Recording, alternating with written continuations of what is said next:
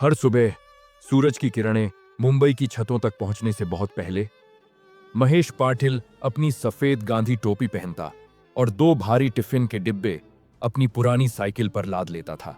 15 सालों से यही उसकी जिंदगी थी। वह एक डब्बा वाला था, शहर के मशहूर टिफिन पहुंचाने वालों में से एक। वह भीड़-भाड़ वाली सड़कों से साइकिल चलाते हुए गुजरता और माओं के हाथ का गरम घर का बना खाना इकट्ठा करता। यह कोई अमीर बनाने वाला काम नहीं था। इसमें ईमानदारी, अनुशासन और मुंबई की अव्यवस्थित रफ्तार को गहराई से समझने की जरूरत होती थी। लेकिन ज्यादातर लोगों के लिए महेश बस एक टिफिन वाला ही था। जो लोग नहीं देखते थे वह यह था कि महेश उन्हें देखता था। वह उस इंजीनियरिंग के छात्र को देखता था जो थोड़ा पैसा बचाने के लिए रात का खाना छोड़ देता था। वह आंखों के नीचे काले घेरे लिए थके हुए इंटर्न को देखता था और उस सिक्योरिटी गार्ड को भी, जो एक बड़ी कांच की इमारत के कोने में अकेले खाना खा रहा होता था। वह उस युवा लड़की को भी देखता था जो एक छोटे से साझा कमरे में बैठकर परीक्षाओं की तैयारी कर रही थी, एक दूर के सपने के पीछे भागते हुए। महेश ने कभी हीरो बनने की कोशिश नहीं की। उसने बस उनसे बात करना शुरू किया। डिलीवरी के उन छोटे छोटे पलों में वह कुछ साधारण बातें साझा कर लेता था।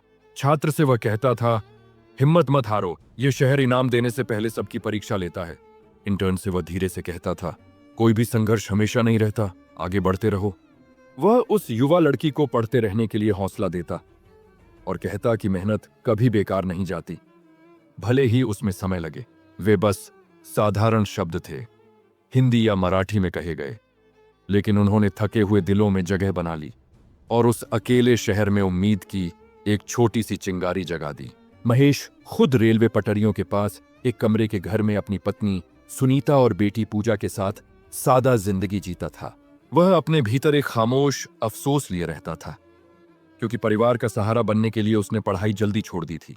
लेकिन उसे अपने काम में एक अजीब सी शांति मिलती थी, यह सोचकर कि भले ही उसके अपने सपने अधूरे रह गए हों, शायद उसकी मेहनत किसी और के सपनों को जिंदा रख सके।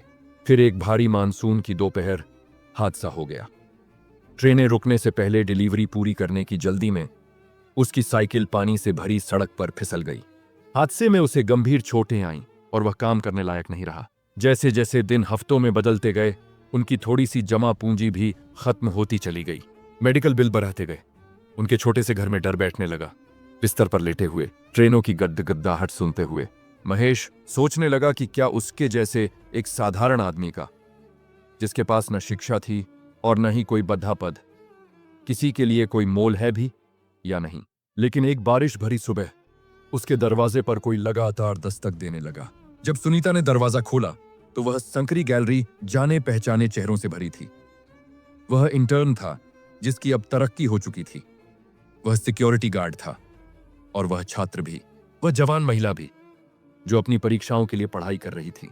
वे अपने साथ पैसों के लिफाफे, राशन के थैले और दवाइयां लेकर आए थे। उन्होंने महेश को बताया कि कैसे उसकी सरल बातों ने उनके डूबते दिल को सहारा दिया था। उन्होंने कहा कि उसकी हिम्मत ने उन्हें असफलता, अकेलेपन और शक से लड़ने में मदद की थी। टिफिन पहुंचाने के बीच कही गई चंद बातों ने उन्हें आगे बढ़ते रहने की ताकत दी थी। जब वे उसके इलाज के लिए पैसे देने की जिद करने लगे तो महेश की आंखों में आंसू भर आए। वे आंसू जिन्हें उसने कभी खुद बहने नहीं दिया था। उसे आखिरकार समझ आ गया, वह सिर्फ पूरे मुंबई में खाना नहीं पहुंचा रहा था, वह लोगों को हिम्मत पहुंचा रहा था। महीनों बाद महेश वापस अपनी साइकिल पर था। वह अब थोड़ा धीरे चलता था, लेकिन उसकी हिम्मत पहले से कहीं ज्यादा मजबूत थी। जब वह उसी सफेद टोपी को पहनकर उन्हीं सड़कों पर साइकिल चला रहा था तो उसके मन में एक शांत गर्व था।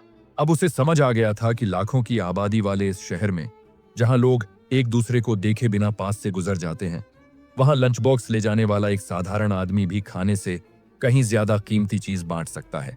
वह दया और अपनापन बांट सकता है, और यह एक ऐसा भोजन है जो किसी की आत्मा को उम्र भर सहारा दे सकता है। देखने के लिए धन्यवाद।